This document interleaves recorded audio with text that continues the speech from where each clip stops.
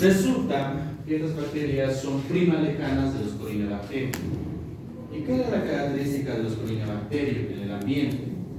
Que eran plenamente resistentes al ambiente, ¿no? Que básicamente podían estar viables por largo tiempo en el ambiente, en lugares fríos o en lugares calientes. Entonces, como son de la misma familia, igualmente las micobacterias van a tener esa característica, ¿ya? Solo que lo que lo hace especial a este tipo de microorganismos es su pared. Y esta pared lo vamos a conocer como la pared Barr. ¿Y qué significaba la pared Barr, estimados estudiantes? Pues lo hemos visto en generalidades, ¿no? Hemos visto en los primeros temas.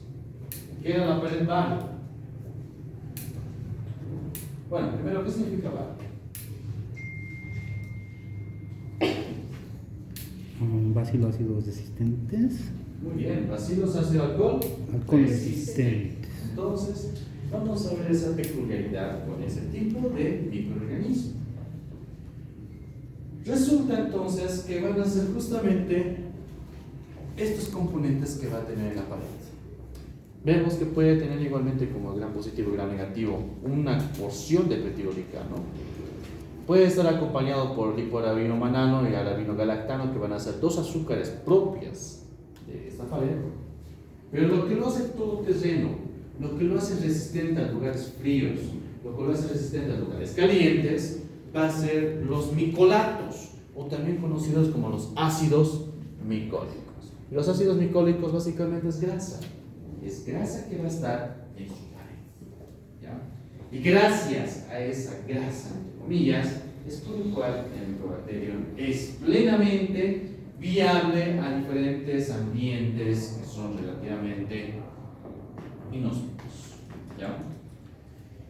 ¿Qué bacteria tiene principalmente ese tipo de pared? Va a ser justamente el género Mycobacterium. Mycobacterium tiene este tipo de pared. Y entre las especies de Mycobacterium encontramos al Mycobacterium tuberculosis, la que va a producir la enfermedad de la tuberculosis, Mycobacterium bovis, que también va a producir la enfermedad de la tuberculosis, Mycobacterium cansanse, Mycobacterium fortuitum, Mycobacterium avium, Mycobacterium intracelulares, son hartos. Y esas especies las vamos a ver el día de hoy, ¿ya? Hay otras bacterias, hay otros géneros bacterianos que también pueden tener una pared Barr, pero bastante completo, como la nocardia, la legionela, la rhodococcus y la sucamurella. Este aspecto ácido alcohol resistente, este aspecto de tener micolatos en la pared, no solamente va a ser propio de las bacterias, también pueden encontrarse en algunos protozoarios, como el Cryptosporidium, la Ciclospora y la Zoospora belli, que van a ser justamente catalogados como parásitos. Y eso, si es que aprueba el micro, veríamos las siguientes. ¿Digo en buen sentido, no? Bien. Su tarea, en el momento que vayan a hacer su resumen, quiero que me plasmen a qué nos referimos con la fracción lipídica, la fracción lipoide, la fracción lipolisacárida y la fracción proteica. O sea, todo de Mycobacterium, ¿no? ¿Qué es la fracción lipídica de Mycobacterium? ¿Qué es la fracción lipoide de Mycobacterium? Entonces, eso quiero que en sus resúmenes estén plasmados. En su examen, porque igualmente vamos a seguir dando examen, así que no se van a olvidar de eso, puede que pregunten a veces. Por eso, el resumen tal vez es una tarea extra, es cierto, pero es una forma también para que estudien. Porque me está preocupando mucho sus notas, están muy bajas. Son preguntas relativamente fáciles, o sea, no son tan difíciles. ¿Ya? Por eso también los tengo que castigar, pinches. Pero bueno. Entendamos entonces que el género más representativo, el cual va a tener ese tipo de pared, va a ser Mycobacterium. Entonces vamos a verificar que vamos a catalogar tres tipos de micobacterias. Las micobacterias que producen la enfermedad de la tuberculosis. Ahí vamos a encontrar Mycobacterium tuberculosis, Mycobacterium bovis, Mycobacterium africano, Mycobacterium careni, son varias. que los vamos ahorita a profundizar. Hay otra micobacteria que produce la lepra. Ahí encontramos Mycobacterium leprae. Y también la Mycobacterium lepromatosa, que van a ser dos especies que van a producir enfermedad de la lepra. Eso en su momento lo vamos a profundizar. Mycobacterium tuberculosis lo vamos a ver más adelante. En esta clase vamos a desarrollar a las micobacterias atípicas, antiguamente conocidas como las micobacterias no tuberculosas. Entonces, hay micobacterias tuberculosas, micobacterias lepróticas y micobacterias atípicas. Son los tres tipos de micobacterias que existen. Y las que no se hablan mucho, no se conocen por forma errada, van a ser las atípicas. Porque ahora, como existe paciente que va aumentando, que son pacientes que son inmunosuprimidos, entonces justamente la prevalencia ya está aumentando cada vez de las micobacterias atípicas. ¿Ya? O sea, se ven más casos de enfermedades causadas por micobacterias atípicas. ¿Está claro eso? Son bacilos no formadores de esporas, no son móviles. Lo que lo hace especial y característico es que va a tener lípidos en su pared. O sea, en otras palabras, ácido micólico. El ácido micólico va a ser el elemento el elemento estrella de esta bacteria. Las micobacterias atípicas, entonces ya haciendo énfasis a este grupo, están en todo lado. Pueden estar aquí en las paredes, pueden estar aquí en el techo, pueden estar en los basureros, pueden estar en el ambiente domiciliario como también extradomiciliario, o sea, me refiero a la naturaleza, que encontramos en la vegetación. Las micobacterias están distribuidas en todo ese sector. ¿Ya? Entonces, a razón de eso, podemos ver que también tiene la predisponencia de tener contacto con el paciente. Ahora, hay micobacterias que no son tuberculosas, eso sí siempre puede haber redundancia, y las micobacterias también pueden ser parte de la microbiota normal de los animales. En el ser humano hay una especie que puede ser parte de la microbiota normal, que va a ser el Mycobacterium smegmatis. ¿Ya? Entonces, de ahí de lo que deriva es smegma. ¿Vale? ¿Qué era smegma, estimados estudiantes? ¿Qué es el smegma? Anatomía.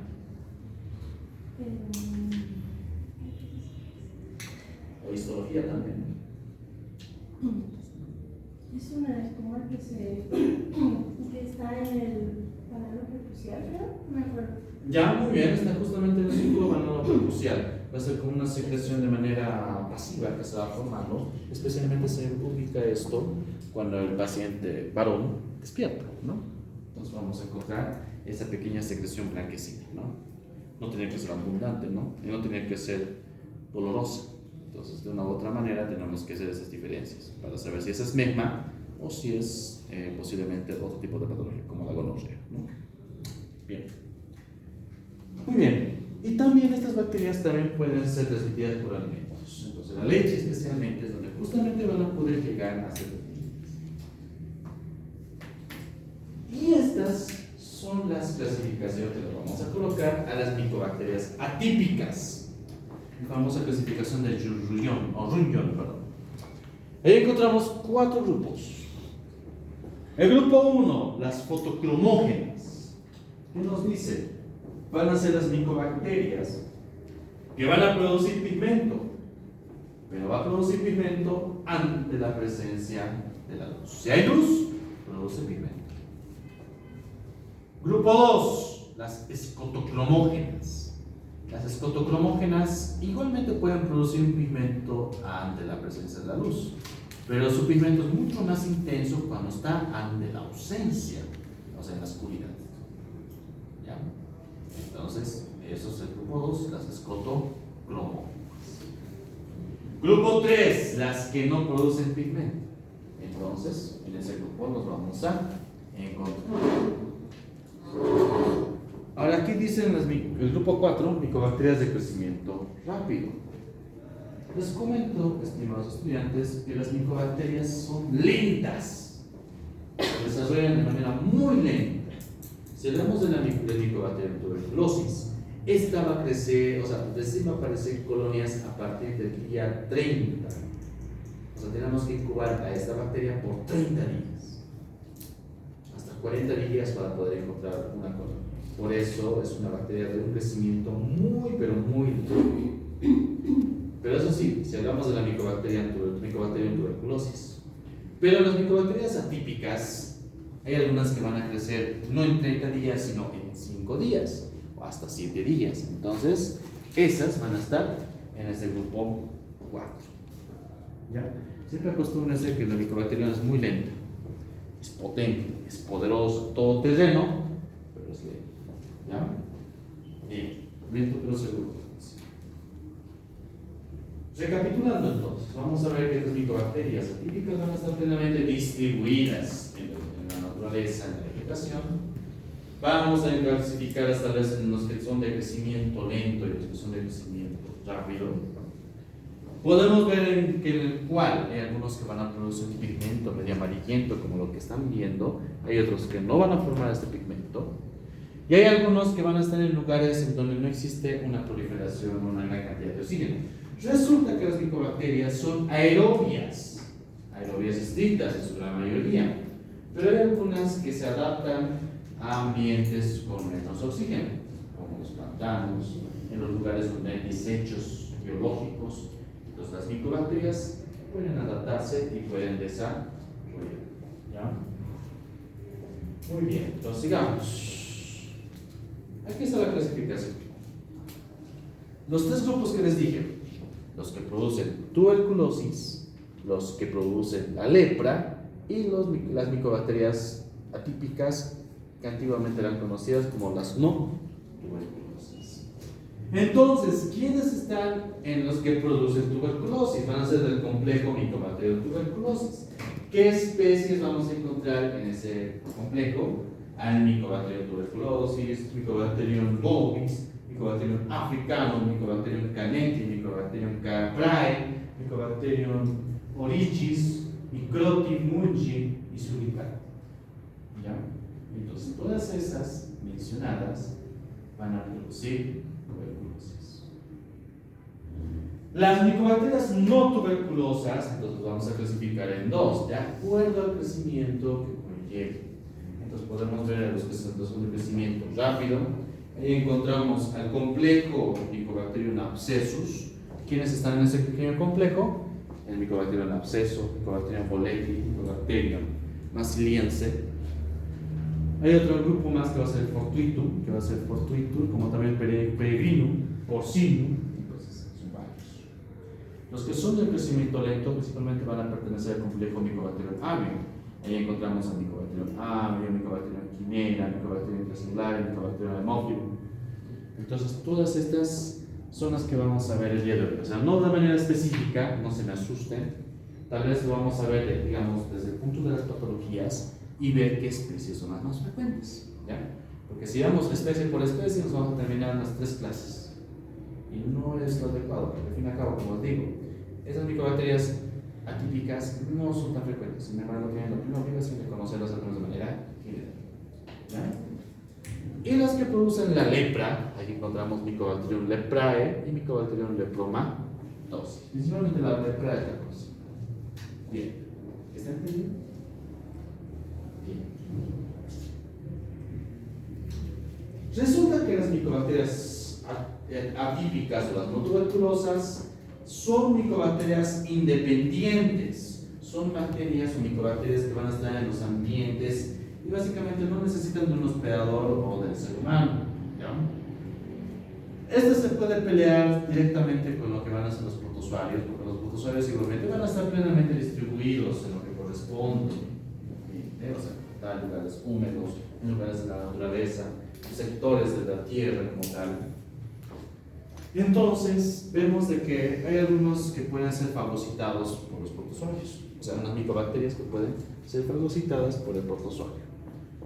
Puede haber un elemento en donde la micobacteria pueda destruir, pueda matar al protozoario, o que el protozoario pueda matar a dicha micobacteria. Y hay momentos en donde se ha visto que la micobacteria se adaptaba al protozoario, haciendo que más adelante pueda desarrollar, multiplicar y escapar, o simplemente mantenerse dentro. Entonces se adaptan. Así de potentes son estas micobacterias. ¿En dónde están distribuidos? En todo lagos, ríos. Podemos ver cuáles son las tuberías de agua potable. Podemos ver tranquilamente cuáles son los pediluvios, los grifos. En la misma agua embotellada, si es que no hay un buen control de dicho producto, ¿no? La tierra, los bosques, suelos. O sea, plenamente puede estar en todos lados, hasta en la arena, en el desierto. Puede haber micobacterias. Puede haber micobacterias en lugares con menos cantidad de oxígeno, sí. Puede haber lugares como un gran almacenamiento de hierro, zinc, magnesio, que principalmente va a ser alrededor de los volcanes. Las micobacterias tranquilamente se adaptan. Hay algunos que, bueno, y dando como un énfasis, no vamos a preguntar eso, no se preocupen. La Terra masiliense, la Risa masiliense y la Numidia masiliense van a ser especies de importancia en la parte botánica. Estos van a ser principalmente fitopatógenos, pero a manera de mención. No es necesario que sean así. ¿Habrá micobacterias que se adaptan a los ambientes? Sí, especialmente si hablamos del micobacterio agrio, tranquilamente van a estar en lugares peridomiciliarios y más aún van a estar también en lugares hospitalarios. Entonces, eso es lo que va a ser más peligroso. Vamos a ver que pueden tranquilamente adaptarse a lo que van a ser los aire acondicionadores, al polvo doméstico que van a estar alrededor de la región peridomiciliaria. Entonces, ahí vamos a encontrar las micobacterias. En las cuevas con azufre, o sea, realmente se adaptan a cualquier lado. Por eso también su potencialidad patógena es cada vez más importante. ¿Y habrá micobacterias que están dentro del hospital? Sí. Pueden estar en lo que van a ser los suplementos médicos, pueden contaminar o hacer producir una infección en las heridas de los pacientes. Podemos ver que tranquilamente pueden estar adaptadas al agua, en el caso que no hubiese un buen manejo de los equipos. Entonces, ¿no? ¿Y por qué estas micobacterias pues han sido independientes? Resulta que ha habido dos tipos de micobacterias. La micobacteria independiente, que la conocemos ahora como la típica, y la micobacteria dependiente, a la que actualmente la conocemos como las que producen tuberculosis. Todo difiere de un gen, el gen RB1818C, en el cual, cuando esta bacteria le encantaba estar justamente en lugares cálidos y estos mismos en la temperatura corporal de los hospedadores. Entonces, para poder adaptarse tranquilamente, para poder evitar ser atacado por el sistema inmunitario de dicho hospedador, entonces fueron modificando. Y la modificación fue originado desde este gen. Entonces, micobacteria que ha creado o que ha mutado o que ha reformulado este gen, entonces tranquilamente se adaptó al ser humano como también a mamíferos, o sea, a los animales. ¿Ya? Entonces, a los que tuvieron ese tipo de mutación, ahora los conocemos como las bacterias o las micobacterias del complejo tuberculosis. Y las que no, bueno, básicamente se mantuvieron allá afuera en el ambiente, están vivitas y coleando afuera, no necesitan de un hospedador. ¿Ya? Pero sé que van a estar presentes, van a estar presentes. ¿Ya? Y esas no tuvieron una mutación en su gen RB18. Ahora, a pesar digamos que están plenamente distribuidas las micobacterias, no implica que una micobacteria de manera peculiar o de manera imperativa te vaya a causar alguna patología. Tal vez hay un gráfico aquí que lo que estamos viendo va a ser como una clasificación desde el más patógeno hasta el menos patógeno. Evidentemente, si vemos aquí va a ser el más patógeno, va a ser micobacteria de tuberculosis. Tal vez hay micobacterium cansanci, micobacterium abscesus, micobacterium intracelular, micobacterium avium, de manera así escalonada, podemos ver que va a tener menos probabilidad de que pueda causar alguna patología. Esta bacteria también tiene la capacidad de producir biofilm y gracias a este biofilm puede mantenerse viable en la superficie de diferentes sectores. Pueden mantenerse vivas y fuertes y potentes para poder mantenerse viables. ¿Ya? El biofilm es uno de los elementos por el cual utiliza. Muy bien. A ver, el complejo de Mycobacterium tuberculosis, ¿qué enfermedad va a producir? Tuberculosis, eso, muy bien. Los que son del complejo Leprae, ¿qué va a causar? Lepra. Y entonces, si hablamos de las micobacterias atípicas, ¿qué enfermedad va a producir? ¿Qué enfermedad? Se clasifica, pero ¿qué enfermedad va a producir? ¿Qué patología va a producir? Micobacteriosis. Entonces, cuando ustedes vean en los estudios recientes este término de micobacteriosis, se refiere a las micobacterias atípicas. Cuando veamos que es una lepra, ¿a qué nos referimos? A los que producen la lepra. Si le escuchamos el término de tuberculosis, entonces cualquier bacteria de complejo, micobacteria de tuberculosis. Quiero que quede claro eso. En algún momento les voy a preguntar, ¿cuál es la diferencia entre tuberculosis y micobacteriosis? Que uno está causado por micobacteria de tuberculosis y otro está causado por una micobacteria atípica. Es la respuesta. ¿Ya? ¿Está claro? ¿Está entendido? Entonces, quiero que entiendan eso. Ahora, si hablamos de las micobacteriosis, principalmente este tipo de micobacteriosis van a ser de tipo respiratorio. ¿Ya? También puede ser de tipo cutáneo. Estas van a ser las dos formas más importantes. Ahora, si hablamos de la tuberculosis como tal, que vamos a ver en la siguiente clase, entendemos de que esta se va a clasificar entre la tuberculosis pulmonar y la tuberculosis extrapulmonar. Y esta extrapulmonar puede ser pues, cutánea, puede ser renal, puede ser meningias o artes. Pero eso lo vamos a dejar cuando tengamos que hablar de tuberculosis. Pero ahorita que estamos hablando de micobacteriosis, podemos ver que va a haber un cuadro respiratorio, un cuadro cutáneo, un cuadro musculoesquelético,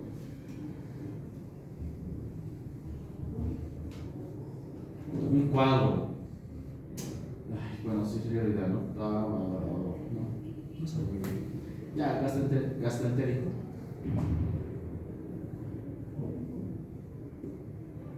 Y el cuadro iatrogénico.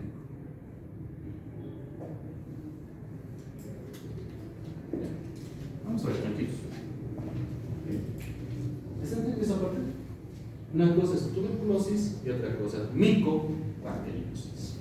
Las micobacteriosis van a ser causadas por bacterias atípicas o micobacterias atípicas. Y la tuberculosis va a ser solamente causada por cualquier bacteria que conforme el complejo de la tuberculosis. ¿Ya?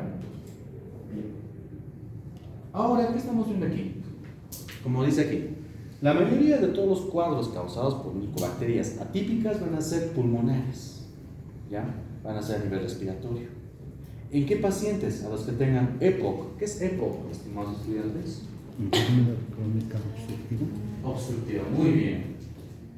Podemos ver que pueden haber cuestiones en bronquiectasias, en pacientes que ya conlleven fibrosis quística, pacientes que ya tengan o que hayan tenido ya una infección fúngica como la neumoconiosis y que también de forma esporádica haya tenido otra vez tuberculosis.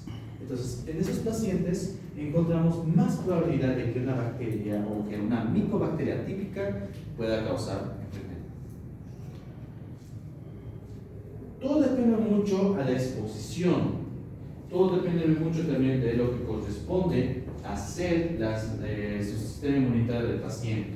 Si es inmunodeprimido, efectivamente la probabilidad va a ser mucho más alta. Entonces aquí tenemos que poder identificar. Ahora, hacer un diagnóstico de micobacteriosis es muy, pero muy difícil. ¿Por qué? Si hablamos de un cuadro cutáneo, o sea, una dermatitis infecciosa, ¿en qué bacteria pensamos antes? Una dermatitis, ¿quién la produce principalmente?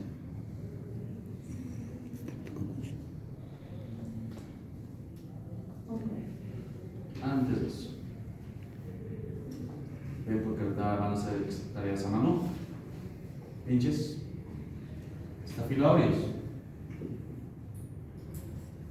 Streptopiógenes. Listo. Tratamiento para esto, tratamientos. Puede ser cualquier tratamiento mientras sea sensible. Si es un SARM o of SAMS, mejor dicho, una Staphylococcus aureus sensible a la meticilina, cualquier tratamiento funciona. Pero cuando es SARM, entonces utilizas otro tipo de familias de antibióticos o vancomicina, si gustas. Piógenes, en el momento no hay mucha resistencia, entonces una penicilina o una cefalosporina puede funcionar hasta cierto punto. Pero ¿qué pasa si a pesar de ese tratamiento la dermatitis persiste? Entonces, ¿y qué pasa si el cultivo, por ejemplo, para Staphylococcus aureus o para Staphylococcus sale negativo? ¿En qué otro tipo de microorganismo vas a pensar? Seguimos con bacterias, en posiblemente un enterobacterial. ¿Qué enterobacterial puede contaminar una herida? Cualquiera. Desde el niño Escherichia coli, Klebsiella, Serratia, varias, enterobacter. Entonces ya, puede ser cualquiera de esas. Entonces vas a ver carbapenemas o carbapenémicos. ¿Ya?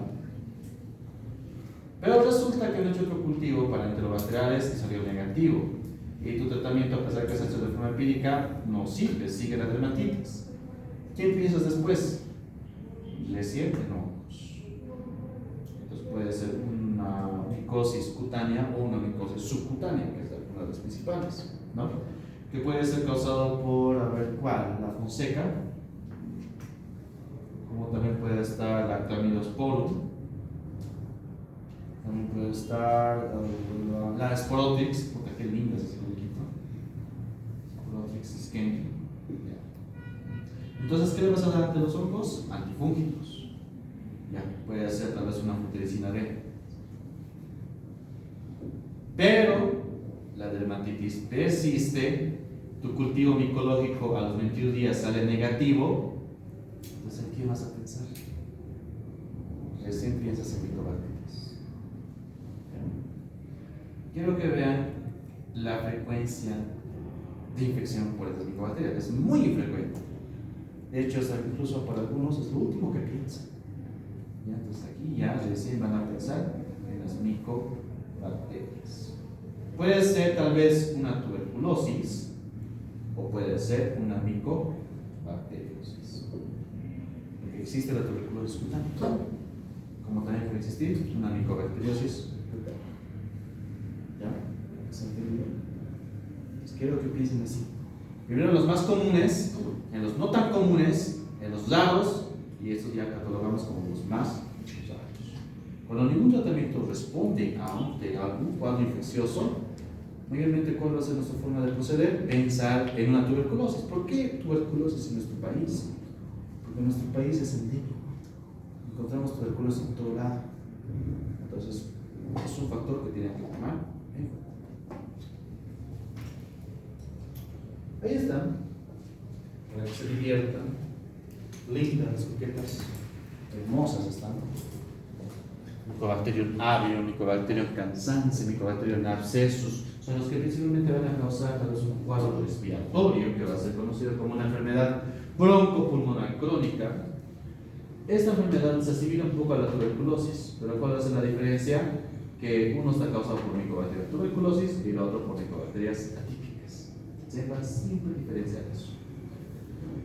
Puede causar una linfadenitis. ¿Qué será una linfadenitis, estimados estudiantes? Inflamación de los ganglios. De los vasos linfáticos y de los ganglios linfáticos. Muy bien. Muy bien, Melanie. Entonces, justamente vamos a verificar que también pueden llegar a causar ese tipo de cuadro. A nivel dermatológico, especialmente esta, Mycobacterium marino. ¿En dónde estará esa bacteria? Marino. ¿Dónde podría estar?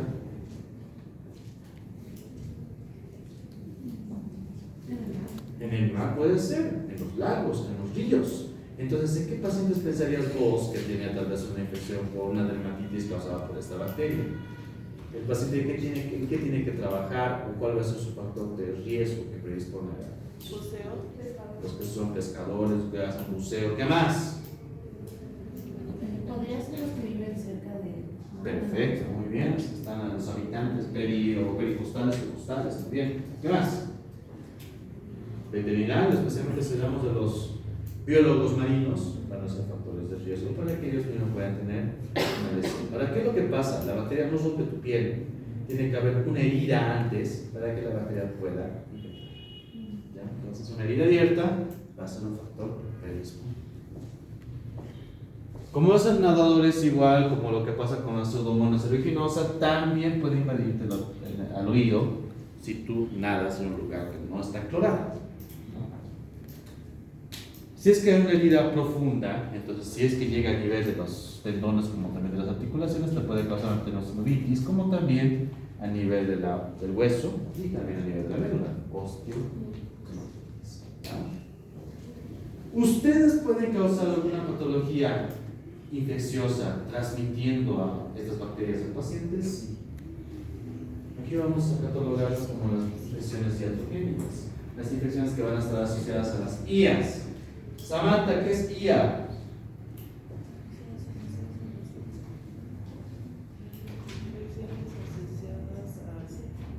Atención a eso. Antiguamente conocidas como infecciones nosocomiales, ¿no?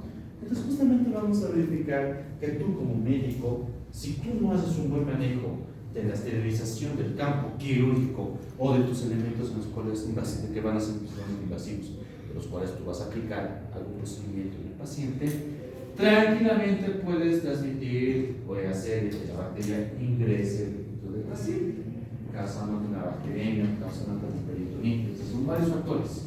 Puede haber múltiples casos y múltiples situaciones. Puede también adherirse tranquilamente a las válvulas protésicas, porque hemos dicho que esta bacteria puede causar ¿qué? Un biofilm. Y gracias a ese biofilm se adhiere a este tipo de dispositivos. ¿Estamos bien? Preguntas hasta aquí.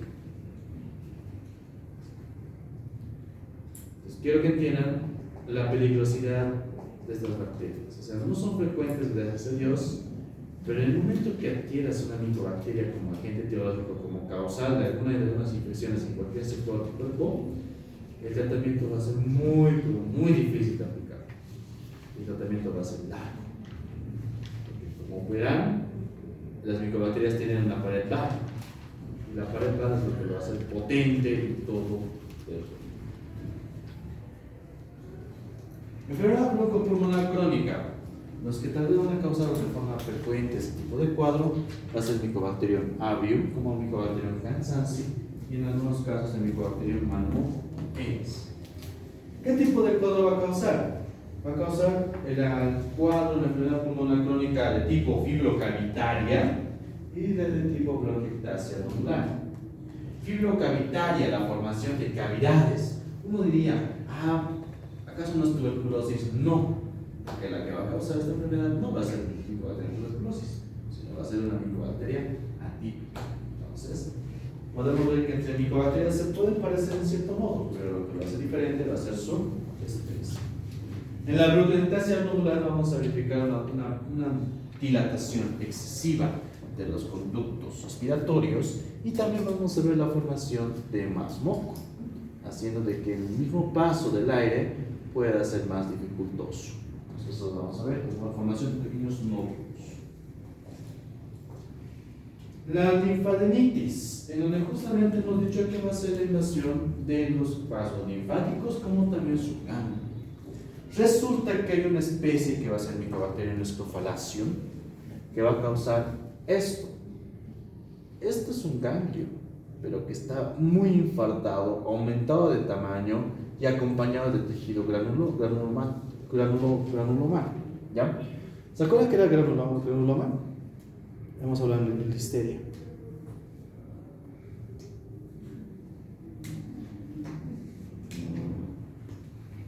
¿Cómo es? Es el granuloma.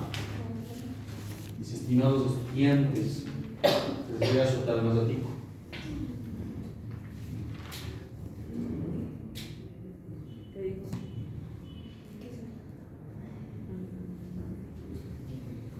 Esta escrófula también se lo llama adenitis cervical granulomatosa. Pero ¿por qué chuchas granulomatosa?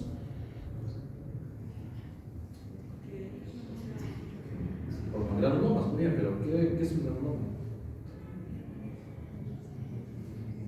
Es cuando la bacteria no puede ser destruida por los macrófagos. Entonces va a haber más macrófagos que van a unirse a ese macrófago que contenga la bacteria y después se van a fusionar y al final va a aparecer como una célula, un multinucleada.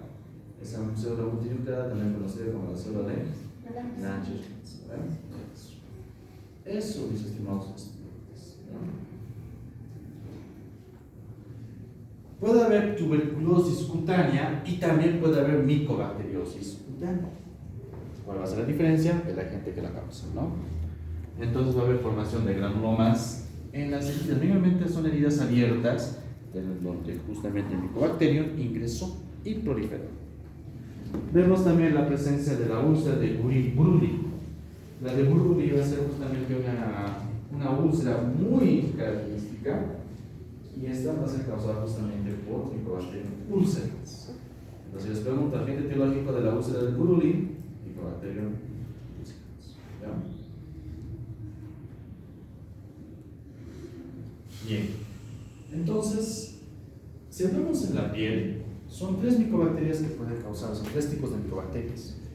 Una micobacteria tuberculosa que va a causar una tuberculosis cutánea, una micobacteria leprótica que va a causar una lepra como tal, y la úlcera de Buruli que va a ser una micobacteriosis, que va a causar la úlcera. ¿Ya? ¿Qué va a causar la enfermedad de las peceras? Mycobacterium maligno. ¿Ya? Esta pregunta es examen ciudadano. No se van a acordar. Vamos a ver también que estas micobacterias pueden tranquilamente llegar al peritoneo, puede llegar a todos los órganos que cubre el peritoneo, o sea, puede ser el hígado, puede ser el mismo tubo digestivo, puede ser el mismo vaso, como también el páncreas, ¿no? Pero evidentemente el órgano más afectado va a ser el peritoneo. Y cuando hay una inflamación en el peritoneo, no es que tal vez sea por una peritonitis de manera rápida, porque hemos dicho que esta bacteria es muy lenta. Pero en vez de eso, va a haber acúmulo de líquido. Ese acúmulo de líquido en peritoneo, ese colisión del trasudado en peritoneo, ¿cómo lo conocemos? Como ascitis o también llamado. Eso, muy bien. Entonces, justamente eso lo catalogamos como ascitis. Acúmulo de líquido en el tercer espacio, en este caso en el perito. Después de ese paciente, como podrán ver en la foto, está panzón. ¿Qué es lo que pasa? Resulta que este paciente previamente ha tenido un procedimiento quirúrgico, como podrán ver, pero por mal manejo del equipo instrumental o si no tomando los materiales de algodón que se utilizaron en la cirugía, es por el cual el Mycobacterium avium, por ejemplo, ingresó al peritoneo y empezó a producir una ascitis. Realmente la tuberculosis peritoneal es la que va a causar este tipo de cuadros, más si hablamos a nivel de Bolivia. Pero también existe la micobacteriosis gastrointestinal, que también es la presencia de ascitis. ¿Ya? Entonces, ambas micobacterias pueden producir ascitis. La musculoesquelética va a ser más predispuesta o secundaria a una lesión. Podemos ver que puede limitarse a la piel o llegar a lo que va a ser el músculo, como también el mismo hueso. Entonces ahí va a haber la formación de granulomas. Lo interesante es de que estas lesiones causadas por las micobacterias, sean las tuberculosas o las no tuberculosas o las nefróticas, el paciente no presenta dolor. Son lesiones indoloras. Por eso también los pacientes no vienen a nuestra consulta. Se verá feo, pero no cubren. Solamente vienen cuando les duele algo. Es por eso que, a razón de eso, no encontramos muchos casos de micobacteriosis. Cuando ya está muy avanzado, ahí tal vez. Las nosocomiales, estas dos especies, Mycobacterium fortuitum, Mycobacterium chelona o chelona, como lo quieren decir, van a ser los principales colonizadores de los hospitales. Tranquilamente pueden estar viables, van a estar vivitos y coleando en múltiples desinfectantes. Esos desinfectantes no lo van a hacer cosquillas. Y estas también pueden llegar a adherirse a los dispositivos invasivos, como también los no tan invasivos, como el endoscopio. Entonces, el endoscopio no tiene que estar impregnado en un desinfectante. Si ese desinfectante no está bien mantenido, estas dos bacterias pueden colonizar. Entonces, ¿qué es lo que van a hacer ustedes? Primero ver este tipo de algoritmo. ¿Ya? Primero piensas en una bacteria, después piensas en otra bacteria, después en hongos, así. O sea, esto es a nivel cutáneo. A nivel respiratorio cambia la cosa. Una neumonía, a ver si quedamos aquí. Si hablamos de un cuadro de neumonía de posiblemente una NAC. ¿Qué era NAC? En la comunidad. ¿No ven? Muy bien. ¿En qué van a pensar primero? Streptococcus pneumoniae, ¿no ven? Eso. ¿Qué más? ¿Qué más podría estar ahí? Tal vez encontramos una neumonía atípica, entonces puede ser por el Mycoplasma pneumoniae. Perfecto. Piensas vos eso, perfecto. Haces cultivo, haces también PCR para buscar, y todo te sale negativo. Pero el paciente sigue teniendo neumonía. Entonces, ¿qué vas a pensar tal vez? En segundo lugar, enterobacteriales, especialmente si vamos a dar Klebsiella. La Klebsiella pneumoniae, que son las principales que causan, a las que les gusta estar en ambientes respiratorios. Le das ya meropenem, si gustas, o sea, el paciente está internado, ¿no? Entonces, haces cultivo, te sale negativo. Entonces, ¿en qué vas a pensar? ¿Hongos? Sí, está bien, hay que pensar en hongos. Ahí podemos ver que puede ser tal vez causado por cándida, puede ser tal vez por aspergillus, puede ser también con Cryptococcus, cosa que es muy frecuente, ya que Cryptococcus ataca más a nivel del sistema nervioso central. Ya, le das antifúngicos, anfotericina B, le das imidazoles, puede funcionar un voriconazol o pusiconazol. Pero no hay crecimiento en hongos, no hay crecimiento en el cultivo micológico, entonces recién ahí vas a poder pensar en micobacterias. Puede ser tuberculosa o puede ser una micobacterias. Ahora, lo bonito a nivel respiratorio de nuestro país es de que antes de pensar en esto, si es un sintomático respiratorio, entonces vamos a pensar primero en la tuberculosis. Ahora pregunta, ¿qué es un sintomático respiratorio? ¿No escuché ese término antes? ¿No? Ya. Un sintomático respiratorio va a ser el que va a tener tos crónica, y para decir que es tos crónica va a ser más de 15 días. El paciente va a estar tosiendo por más de ese tiempo. Entonces, cuando hacemos esa detección de ese tipo de pacientes, puede que sea o no sea tuberculosis. Entonces, en esos casos tal vez vamos a pensar antes. Si el cuadro es agudo, pensamos en bacterias normales, pero si pensamos en un cuadro crónico, pensamos directamente en la posible tuberculosis. Y si la tuberculosis o el tratamiento de tuberculosis no responde, recién ya vamos a pensar en una micobacteriosis. ¿Ya? Entonces, así. Esa es su manera, esa es su jerarquía en sus agentes etiológicos.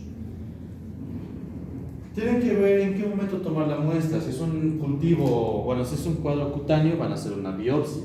Si van a hacer un cultivo pulmonar, los que van a sacar esputo. ¿Bueno? ¿Y cuál es la diferencia de esputo y saliva? El esputo es como una flema, creo, espumosa. Puede también tomarse el color rosado si hay presencia de sangre. Ya, está cerca, Luz, muy bien, pero hay algo que no me convence. A ver, ¿qué más quiere acotar?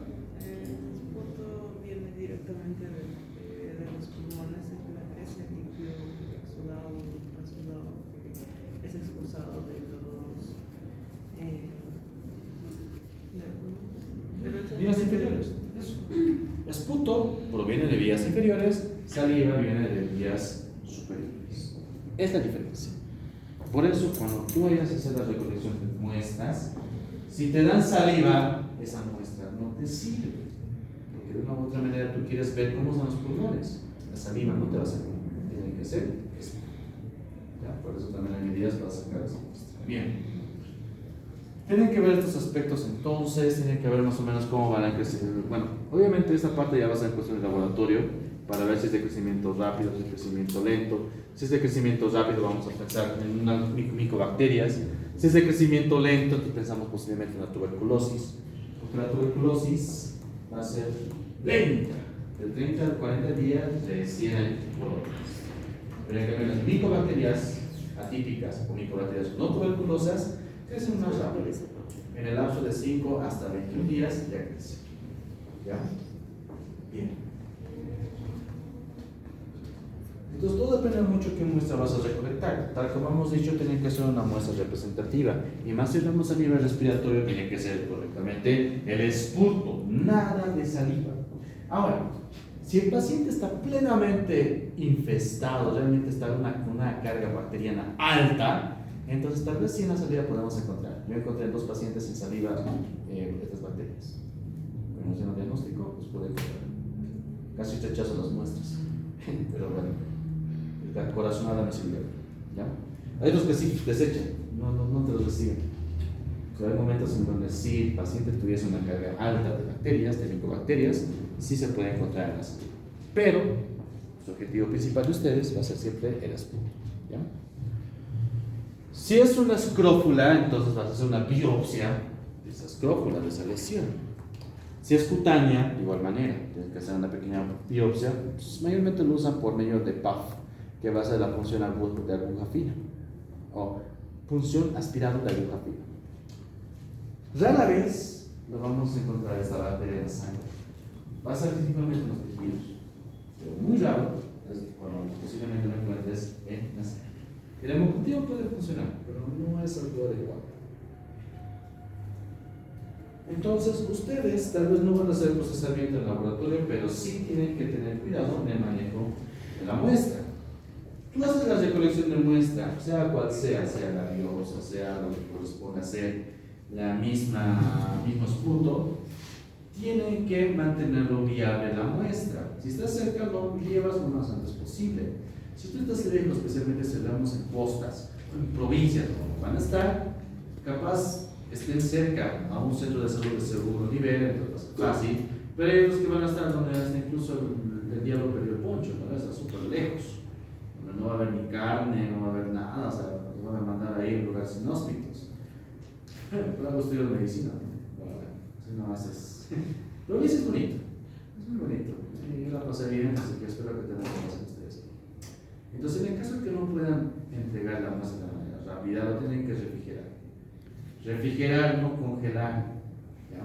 Es una cuestión muy diferente de esos dos. Congelación va a ser por debajo de 0 grados centígrados, en cambio refrigeración va a ser de 2 a 8 grados centígrados. Muy bien, ¿está claro hasta aquí? ¿Estamos bien? Entonces su obligación es recolectar la muestra y hacer de que la muestra sea viable. Ahora, ¿qué es lo que se hace en laboratorio? En laboratorio podemos tener varios reactivos, pueden ser inmunofluorescentes como la uramina rugamina, que va a ser un tipo de tinción fluorescente para buscar a estas bacterias. Pero lo que nosotros vamos a hacer en prácticas va a ser la tinción Ziehl-Neelsen. ¿Ya? En la Ziehl-Neelsen vamos a encontrar las micobacterias que van a estar teñidas de color rosado. Siempre cabe recordar y siempre mencionar que los esputos no siempre va a haber micobacteria tuberculosis. Puede haber también micobacterias atípicas y ambas se tiñen de color rosado. Es por eso que se dice, no se dice tengo 5 bacilos de tuberculosis, no. Se dice tengo 5 VARs. ¿Y qué eran VARs? Bacilo ácido alcohol resistentes. Entonces es lo que vamos a cuantificar en una subsiguiente clase. Pero vamos a tener primero. ¿Ya? Por favor, traigan sus mascarillas de protección porque hay una más diapositiva, me han contado. Así que vamos a ver, si me acuerdo lo que traigan, esta es su indumentaria, voy a ver si replicamos eso. Sería bonito encontrar. Pero bueno, en todo caso tengo placas positivas yo, o sea, es lo que vamos a hacer observación, tengo plantas. Mi vida de auxiliar ayudó con el auxiliar de docencia antes. Y también mi vida de trabajo, ¿no? Bien, tal vez unas pequeñas peculiaridades. Vamos a ver que el Mycobacterium cansansi va a tener unas pequeñas estrías de manera transversal. Y el Mycobacterium shinopi, que justamente van a ser más pequeñitas, pero van a ser más agrupadas, van a ser como si fuesen pequeños enjambres. Siempre cuando hablemos de tuberculosis, y más aún si fuesen biopsias, o si fuesen micobacteriosis cutáneas, tienen que acompañarlos siempre con estudios anatopatológicos. Es lo que tal vez en anatopato con el doctor Mendoza o con la doctora Zavala han debido revisar, no Zavala, con la doctora, ¿qué doctora? La doctora Sarabia, ¿no? ¿Qué pasa? No conozco los demás, pero bueno, han debido haber lesiones granulomatosas tuberculoides, ¿vale? O necrosis gaseosa con C, ¿vale? Entonces, esas van a ser las lesiones que van a observar en la muestra que tú vayas a recolectar. No siempre van a encontrar a las microbacterias, pero sí van a encontrar a los granulomas. Es justamente estos granulomas que vamos a encontrar. Mayormente vamos a encontrar tejido gaseoso bien implementado. A ver, aquí vamos a encontrar las células gigantes de rayos. Entonces, eso va a ser una lesión propia de tuberculosis. Hay otros tipos de granulomas. Hemos dicho que no va a ser la única, ¿no? Pero hay una que va a ser la tuberculoide, que va a ser la más característica, sea de las micobacterias o sea de la tuberculosis. ¿Qué medio de cultivo se utiliza para cultivarlos? Se llama medio de cultivo de Lowenstein-Jensen. Eso les voy a escribir. Lowenstein-Jensen. Es una L, ¿no? Así que memoricen. Les voy a preguntar esto hasta que se mueran. Hasta que prueben. ¿Ya? Lowenstein-Jensen. Para complicarles, ¿verdad? Otro más. El otro es Ogawa. Ogawa Kudo.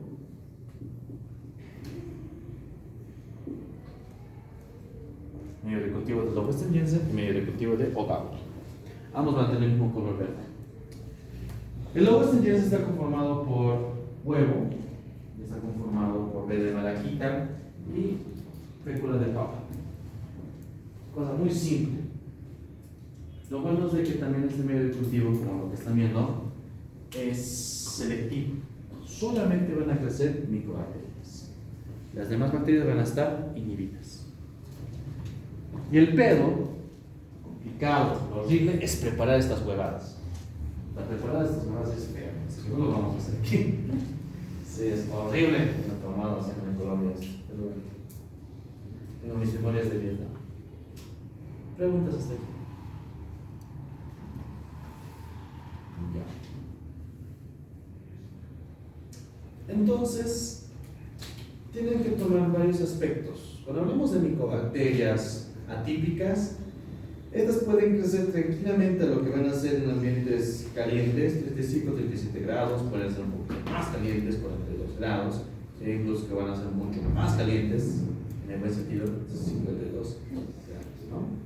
Entonces varía mucho eso de acuerdo a la especie que vayamos a ver. Y también de acuerdo a la tolerancia y de acuerdo al crecimiento en ese tipo de temperaturas, observamos de que las bacterias las podemos tal vez separar en diferentes especies.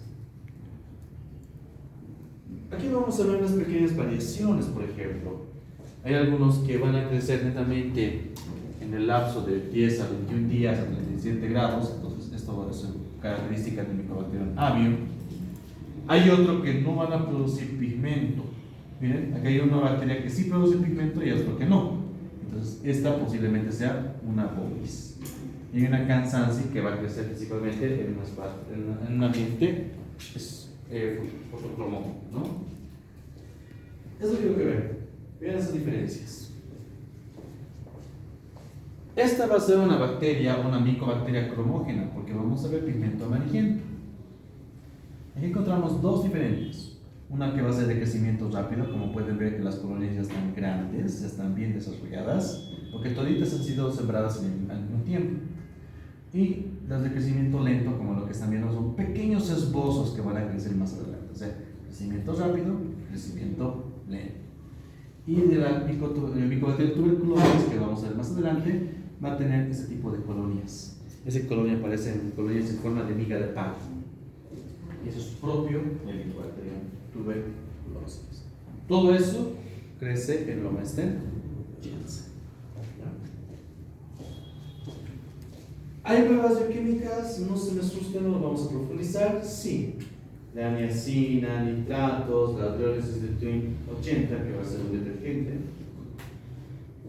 Puede haber arisulfatasa, la formación de o reducción de telurito, la tolerancia al cloruro de sodio, son varias pruebas bioquímicas que básicamente lo plasmamos en esta tabla. Ahí están la mayoría de todas las especies de Mycobacterium con sus respectivas pruebas bioquímicas y sus respectivos resultados ante esas pruebas bioquímicas. Entonces, son varias. Evidentemente, uno que se especializa en el diagnóstico de estas bacterias nos van a hacer cada una de estas. Acá hay otro más que te va a servir justamente. Pero, ¿qué es lo tuyo también de este tipo de bacterias? Que su crecimiento es muy lento. Entonces, si en los 30 días, a los 40 días, vas a tener una respuesta, un resultado positivo o un resultado negativo.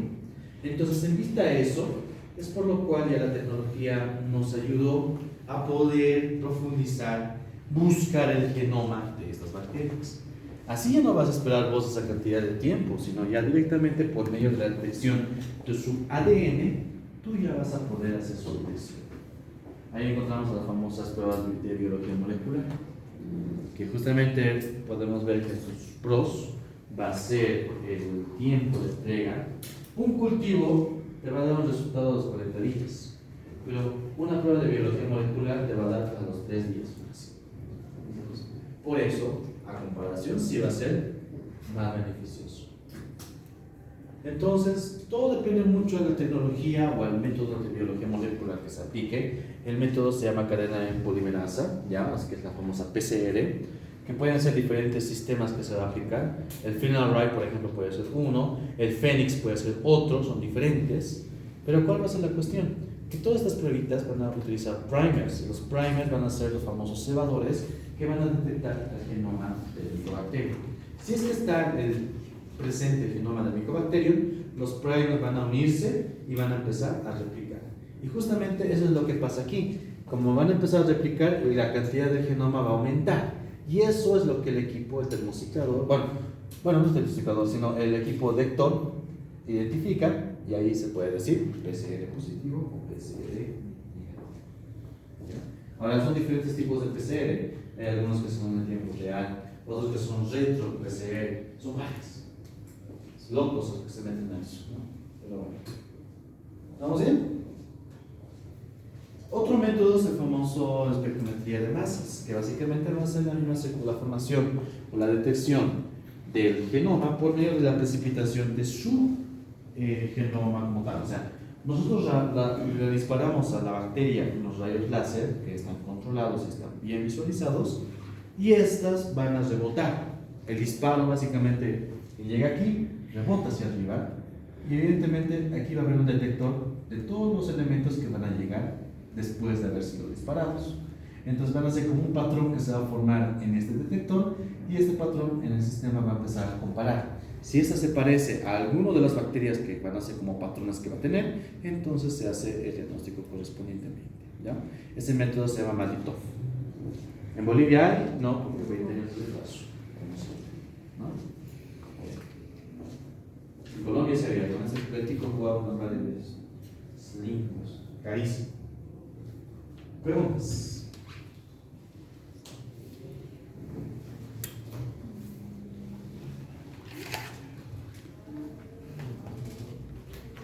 Están vivos, chicos, me encanta ver esos mensajes. Yo solo les mando mensajes. Porque estos nos mandan tantos mensajes, ¿no? Yo nomás les pongo. Ya. Más, chicos, y directamente a la siguiente semana. ¿Dónde estamos? Aquí estás. Obviamente también les voy a pasar un video para que puedan, digamos, repasarlo. El manejo correcto, lo que corresponde a hacer por el procedimiento de detección Siemens-Nielsen, porque igual he visto huevadas en lo que es en internet, unos videos nada que ver, así que prefería hacer yo los videos y salió bien, así que eso es lo que les voy a compartir, ¿ya? Y no es que suene egocéntricos, pero realmente todos con técnica que en los videos que hice, ¿ya? Bueno.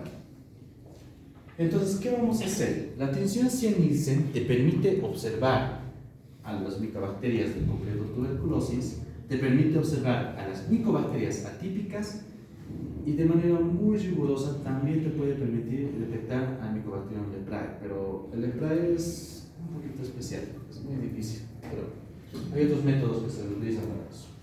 Pero te va a servir para la micobacteria tuberculosis y las micobacterias atípicas. Entonces, para esto, tú tienes que saber hacer la recolección de esputo.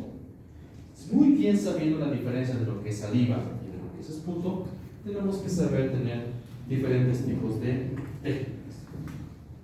Pero el envase que tú vas a utilizar para poder recolectar dicha muestra va a ser de plástico, de boca ancha y con tapa rosca. ¿No han visto? No, tiene frasquito para esputo, te van a dar uno chiquitito. Entonces, ustedes cuando vayan a provincias, más estudiantes, tengan al menos 10 frasquitos de esputo. Porque los que hay en el centro de salud son relativamente controlados. Tiene que haber 10. Y si faltan, o si hay 8 y no ha habido recolección de muestra, entonces te van a querer cobrar. Entonces, siempre tengan ustedes. Y aparte, mientras más muestras, mejor el paciente. No solamente va a ser uno, tiene que ser 3 muestras, ¿no ven? Es ahorita lo que vamos a ver. Siempre tengan esto, no es caro. Tengan siempre, cuando vayan a internado, les sugiero que hagan eso. Ahí me faltó, por eso les digo con experiencia. ¿Ya? La muestra que tú vayas a recolectar tiene que ser de 50 a 30 ml aproximadamente. Podemos ver que son 3 muestras que tú vas a solicitar. Actualmente lo quieren reducir a 2, pero de forma costumbre o no costumbre, de manera protocolar, siguen mencionándose que son 3. La primera muestra se va a recolectar en el momento que el paciente está en consulta. Entonces, en ese momento se recolecta la muestra después. Esa muestra va a tener una significancia de un 80% de detección. La segunda muestra va a ser al día siguiente o cualquier día que quiera el paciente, pero tiene que ser el paciente. Entonces, esta muestra se toma al inicio cuando el paciente se despierta. ¿Por qué? Porque cuando el paciente duerme, básicamente por la hipoactividad que va a tener en ese momento de sueño, la muestra va a concentrarse, la sensibilidad va a aumentar. Es por eso que también es recomendable recolectar esa muestra, ¿no? Entonces, ¿qué le vas a decir al paciente? Cuando esté tosiendo, por favor, en este caso, va a agarrar su frasco con la tapa abierta y cuando sienta que hay una gran cantidad de flema, porque ellas así lo entienden, de flema, entonces va a botarlo en el frasquito. Ahora, no hay muchos puntos. ¿Qué van a hacer? Van a pedir al paciente que se aguante al toser. Va a ser difícil, pero va a tener más muestra. No hay punto suficiente, entonces le haces correr. Le va a hacer correr, una actividad, o sea, ustedes van a verlo como explicar.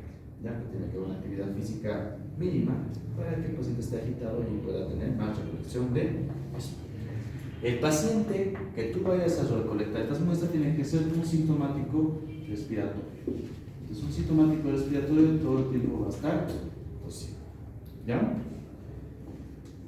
Entonces, eso va a ser la segunda muestra y esto va a representar el 15%. 80 más 15, ¿cuánto es? 95 de probabilidad de encontrar micobacterias. Entonces, hay una tercera muestra más. Cuando el paciente te lleva la segunda muestra, en ese momento le tomas la tercera muestra. Entonces, esa tercera muestra significa el 5%. O sea, tienes un 100% para poder recolectar o para poder detectar a estas bacterias. Entonces, por esa razón, la baciloscopía seriada es lo que se reconoce como la obtención de 3 muestras de esputo en diferentes momentos. ¿Ya? ¿No sé? ¿Hay alguna pregunta? Bien, entonces, a un paciente que tenga la conciencia conservada, que sepa entender, se puede explicar, ¿no? Tú le dices, por favor, vaya a un lugar, si es posible, ambientado, ventilado, porque si es un lugar cerrado como aquí, va a haber el riesgo que la persona que recolecte pueda transmitirse de esta enfermedad, de esta bacteria, ¿no?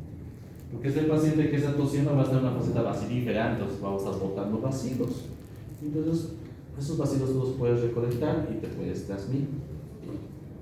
Es por eso que se recomienda que sea en lugar afuera, si es posible. En el momento que el paciente esté tosiendo, queriendo acumula flema y le vas a decir, aguántese un poquito la tos y después lo va a botar. Entonces, evidentemente, para ese momento, el paciente tiene que tener el frasco ya abierto. No hay ningún problema si es que es estéril o no es la muestra. Obviamente, el frasco tiene que ser estéril, ¿no? Preferentemente. Pero no se estresen tanto con eso, porque al fin y al cabo, con la atención solamente vamos a buscar gas. Entonces, no hay mucho riesgo. Por eso también se les da la instructiva al paciente para la segunda muestra, porque el paciente no va a mantener el frasco totalmente estéril, ¿no? Por qué razón. Entonces, ustedes no se estresen por eso. Ustedes van a buscar así los gas. Entonces, la muestra que se debe recolectar preferentemente va a ser mucopurulenta o sanguinolenta. Entonces, esas van a ser las dos muestras estrellas, las dos muestras adecuadas para hacer el estudio de la baciloscopía. La baciloscopía es el estudio en el cual tú buscas cuántos VAS hay en el esquema. Eso es importante porque de una forma podemos saber cuánto es la intensidad de la enfermedad que tiene ese paciente. Puede ser que en los casos puede salir esta sinusoide, funciona hasta cierto punto, pero saliva no, posiblemente no, evita. ¿Ya? Porque la saliva también te va a dar un falso negativo, ¿no? Ahora, pregunta. Tú puedes explicar y hablar con el paciente, pero en un niño, ¿qué vas a hacer? Porque el niño nunca te va a entender, ¿no? No se dice directamente al niño, sino al padre o Al tutor, ¿no? Al papá o a la mamá o al tutor, efectivamente.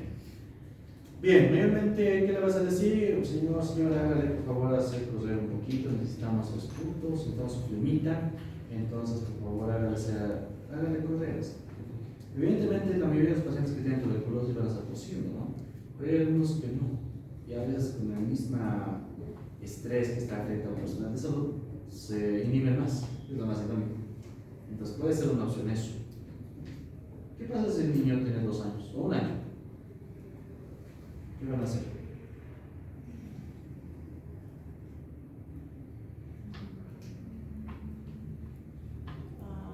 No lo puedes recoger, ¿no?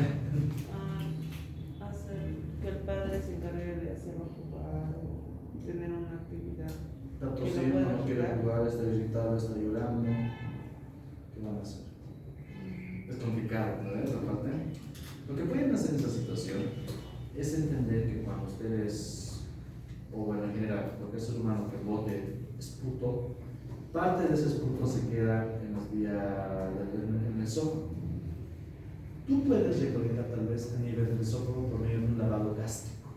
Puede ser, es una opción. Mayormente eso hacen cuando es un paciente que es bebé, es un paciente en coma o un paciente poco colaborador. ¿Y cómo van a manejar a un paciente psiquiátrico? Mientras más lo agarres, más lo azotes, más lo amarres, menos colaborador va a estar. O sea, eso quiero que entiendan, es complejo.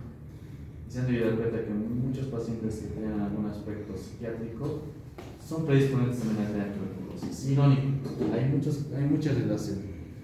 ¿Ya? Pero bueno, eso siempre tomen en cuenta. Después de haber recolectado la muestra, se lo lleva al laboratorio. Antes.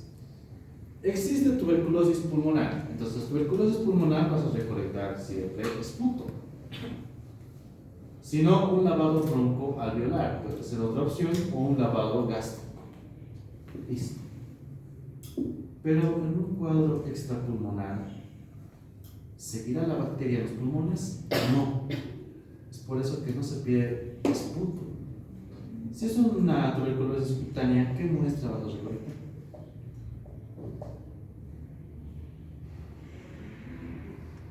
Biopsia. Si es renal, orina. Cuando es genito urinario, orina funciona. Si es meningio,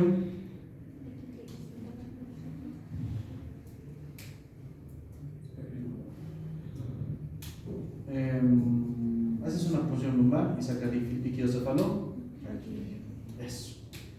Entonces, ustedes tienen que saber más o menos ubicar en qué lugar está la bacteria. No siempre va a estar en los pulmones. Puede haber un paciente que ya tenga una tuberculosis funcional, pero ya no tenga una tuberculosis pulmonar. Porque de los pulmones se fue a los riñones y después ya no volvió. ¿Ya? Entonces, eso mayormente pasa. Así que por eso las muestras es variado de la tuberculosis. Puede ser pulmonar o extrapulmonar. Ahora, tú recolectas dicha muestra, sea esputo, sea orina, sea biopsia, tienen que conservarlo frío. Si lo puedes llevar la muestra en el lapso de 3 horas al laboratorio, bomba, feliz, el paciente puede llevarlo bien. Pero si no, hay que conservarlo en un ambiente frío, refrigerado, de 2 a 4 grados. Puede ser en el mismo refrigerador, o si tú lo quieres transportar, que sea con coolers o con perritos, como algunos lo llaman, que te mantengan un ambiente frío. Y si por alguna razón están en un lugar mucho más lejos, complicado de manejo, digamos, está lloviendo, tipo coroico, que no puedes transportarte, entonces puedes utilizar fenol al 5% para poder aumentar la conservación. Pero depende mucho si tienes o no a este reactivo, ¿no? Así que, estimados estudiantes, su tarea va a ser averiguar esta función. ¿Cuáles son los reactivos que se utilizan? ¿Cuáles son los pasos que se aplican? Obviamente, de acuerdo a eso, yo os voy a pasar también un video para que puedan consolidar y complementar lo que han averiguado. Pero es lo que vamos a hacer en la siguiente clase práctica. Lo que vamos a hacer con esputo. Ya, los esputos yo los voy a traer. Posiblemente voy a pensar si sí o no usar un esputo positivo, porque sí me han comentado que había un esputo positivo, chévere, rico. Voy a hacer mis plaquitas igual yo. Y bueno, pero la cuestión es de que ustedes hagan. Y es lo que ese es mi objetivo, no se va a pedir la cantidad de reactivos posible. ¿Ya? Esperemos a que nos den altos reactivos. Si nos dan poco reactivo, las mejores notas del examen correspondientemente van a ser. ¿Ya? Porque es lo más justo. Preguntas. ¿De qué va a ser el examen? Con Enterobacterium, Listeria, Vibrio cholera, Pseudomonas y microbacterias náuticas. Van a ser preguntas puntuales, no se preguntan cosas profundas. Están libres de aprender los exámenes, ¿no? ¿O no? Ya. Microbacterias atípicas no voy a meter. Solamente las 4 que vamos a hacer. ¿Ya? Enterobacterium, Listeria, Vibrio cholera, Pseudomonas. Son altas bacterias, estimados estudiantes. Por eso siempre les dije que microbiología debe ser 2 semestres, no un semestre. Lamentablemente, nuestra currícula es así. ¿Ya? Pero yo no me voy a sentir bien, digamos, si no veo bacterias. Por eso las vamos a avanzar. Voy a estafarlos, si no. Y hay algunos dentes que en el pasado pasó eso. Entonces, muchos de ellos no conocían que eran microbacterias, no conocían que eran las bacterias, las riquecias. Al menos vamos a conocerlos. ¿Ya? ¿Preguntas?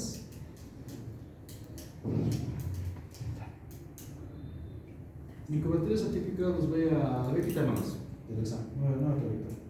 Pero quiero que esté su manual mental. ¿Ya? ¿Ok? Muy bien, entonces nos vemos en una clase puntuales.